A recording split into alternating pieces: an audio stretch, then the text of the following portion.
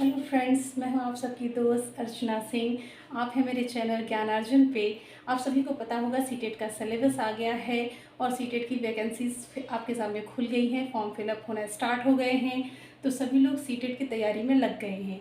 तो सबसे महत्वपूर्ण है कि सीटेट का हम सिलेबस जान लें। तो हमने यहाँ ईवीएस का सिलेबस लिख रखा है, समझेंगे। हमने इससे पहले एक वीडियो अपलोड कर रखी है जिसमें मैंने मनोविज्ञान के पूरे टॉपिक्स के बारे में समझाया है कि किस किस टॉपिक से आना है, और मैं उसके वीडियो एक एक करके हर टॉपिक के अपलोड करती जाऊंगी।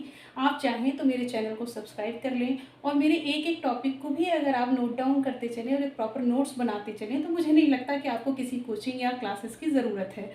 इतना पर्याप्त हो जाएगा और आप आराम से 130 के आसपास स्कोर सीटेट में कर लेते हैं।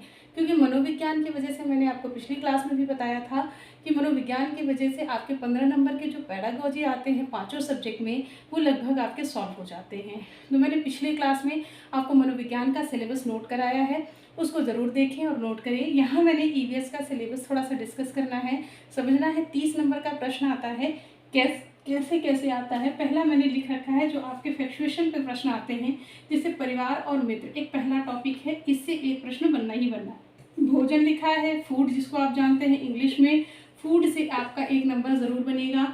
आवास जिसको आप शेल्टर जानते हैं, तो शेल्टर से भी एक प्रश्न बनता है, कौन कहाँ रहता है, कहाँ के आवास कैसे बनाए जाते हैं। जल, हमने कहा जल एक बहुत डीप चैप्टर है, एक डीप कह लीजिए एक तरह से। इसके बारे में अच्छे से हम लोग जानकारी लेंगे, जल से प्रश्न कैसे बनते हैं। और यात्रा जो लिखा है, आपको ट्रैवलिंग से भी एक प्रश्न में देखने को मिलेगा। चीज़ें जो भी हम बनाते हैं और करते हैं उनके विषय में एक प्रश्न ज़रूर आता है।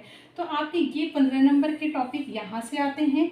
और 15 नंबर का कहा मैंने तार्किक, जिसको आप पैडागॉजी के नाम से जानते हैं, तो 15 नंबर की पैडागॉजी आती है। पांचों ही सब्जेक्ट में यही क्रम चलता है कि 15 नंबर का फैक्चुएशन पे क्वेश्चन आते हैं, 15 नंबर की पैडागॉजी आती है। तो 15 नंबर की पैडागॉजी में देखेंगे पर्यावरणीय शिक्षा, यानी पर्यावरण की शिक्षा हम क्लास 1 to 5 में क्यों देते हैं, क्या आशय क्या है इसका। पर्यावरण के कारक जानेंगे कि पर्यावरण में घटक क्या क्या हैं। विज्ञान एवं सामाजिक विज्ञान में संबंध, कई बार हम एक ही विषय से बच्चों के, छोटे बच्चों की क्लासेस में सारे ही सब्जेक्ट इंक्लूड नहीं कराए जाते। एक ही सब्जेक्ट में और सब्जेक्टों को जोड़ के या उस पर आधारित विषयों को लेके हम कुछ चैप्टर उसमें शामिल करते हैं ताकि बच्चे उससे परिचित रहें। जैसे विज्ञान एक ऐसा विषय है कि बहुत छोटे बच्चे इसका बहुत डीप नॉलेज नहीं रख सकते, तो हम सामाजिक विज्ञान को कहीं ना कहीं पर्यावरण जैसे चैप्टर से जोड़ के रखते हैं ताकि बच्चे की अवधारणा पहले से थोड़ी बहुत विकसित रहे। अगला हमने देखा धारणाओं की प्रस्तुतिकरण एवं समझ। धारणा, बच्चे अपने अंदर कैसी धारणा बनाते हैं, या आप एज अ टीचर बच्चे को लेकर अगर कुछ प्रस्तुत कर रहे हैं उसके सामने, तो वो कितना समझ पा रहा है आपकी बातों पर, इस पर विशेष ध्यान देना है। क्रियाकलाप, और बच्चों को क्लास में कैसी एक्टिविटीज़ कराएंगे जिससे पर्यावरण से वो जुड़े रहें और चीज़ों को सीखते रहें। कुछ समय समय पे वाद विवाद प्रतियोगिताएं करवाई जाती हैं पर्यावरण के फेवर में, अनफेवर में लेके।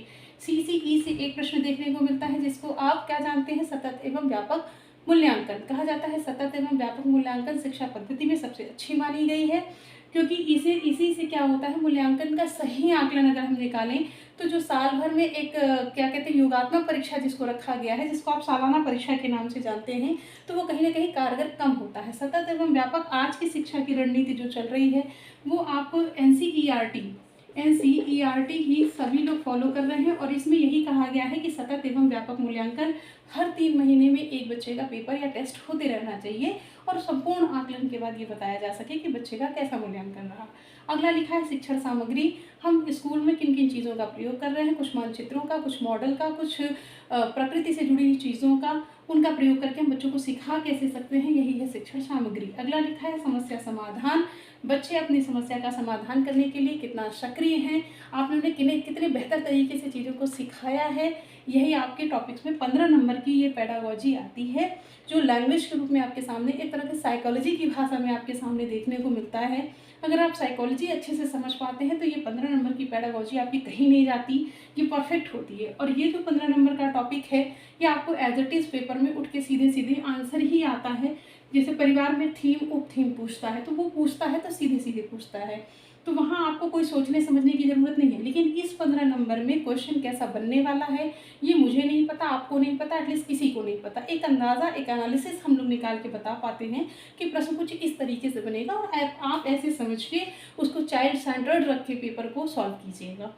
तो मनोविज्ञान समझाने का मेरा लॉजिक ही सबसे बड़ा यही है कि ताकि आप 15 नंबर के पेडागॉजी को, चाहे वो गणित की पेडागॉजी हो, चाहे वो ईवीएस की हो, चाहे वो ये संस्कृत की हो, इंग्लिश की हो, हिंदी की हो, और साइकोलॉजी 30 नंबर पूरी पेडागॉजी आती है। तो आप इसको समझेंगे और इसको देखेंगे। मैं हर वीडियो आपके लिए अब अपलोड करूँगी।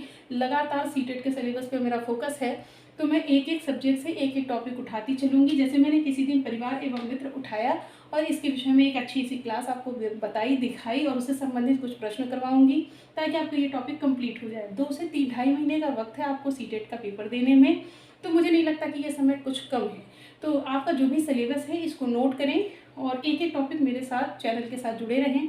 एक एक वीडियो मैं अपलोड करती रहूँगी, कोशिश करूँगी, एफर्ट डालूँगी कि आपका टॉपिक अच्छे से कम्प्लीटली वहीं पर तैयार हो जाए, ताकि उससे संबंधित कोई भी प्रश्न परीक्षा में कितना भी घुमाकर पूछा जाए आप उसको सही आंसर तक पहुँच सकें या आकलन लगा सकें कि सही उत्तर क्या होगा।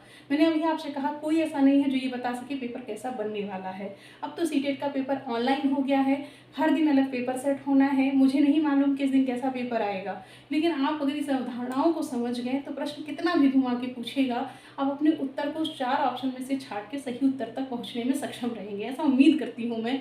तो आप मेरे चैनल से हमेशा जुड़े रहें और अच्छे कंटेंट मैं दे रही हूं और आपका पूरा सीटेट का सिलेबस मैं कंप्लीट कराऊंगी। ऐसी उम्मीद करती हूं कि मैं आपको पेपर तक करा के कंप्लीटली दे सकूं, ताकि आप प्रिपेयर रहें पेपर में बैठने के लिए। तो अब सबसे पहला काम यही कि आप सिलेबस को नोट करें। मैं एक एक टॉपिक का वीडियो बनाती चलूँगी और आप उसको देखते चलेंगे, नोट डाउन करते चलेंगे, एक नोट्स अच्छे से तैयार करेंगे और देखिएगा। मेरी एक तरह से कह लीजिए मेरा एक्सपीरियंस है कि आपको कहीं कहीं जाने की ज़रूरत नहीं है। घर बैठे आप केवल अपनी नोट्स बनाइए, सेल्फ स्टडी कीजिए, आपका सीटेट आराम से क्रैक होगा। क्योंकि सीटेट सिर्फ और सिर्फ समझने का विषय है। जितना मैं आपको समझाने में सक्षम हूँ या आप समझने में सक्षम हैं, उतना बेहतर पेपर हम कर ले जाएंगे। तो आप 130 का स्कोर लेके चलेंगे तो हम बहुत अच्छा करने का प्रयास भी करेंगे और आप मेरे साथ करते रहिएगा। मैं उम्मीद करती हूँ कि मेरे इस चैनल को आप सभी को पसंद आया होगा, तो इसको सब्सक्राइब करें, लाइक करें और मुझसे जुड़े रहें। शुक्रिया।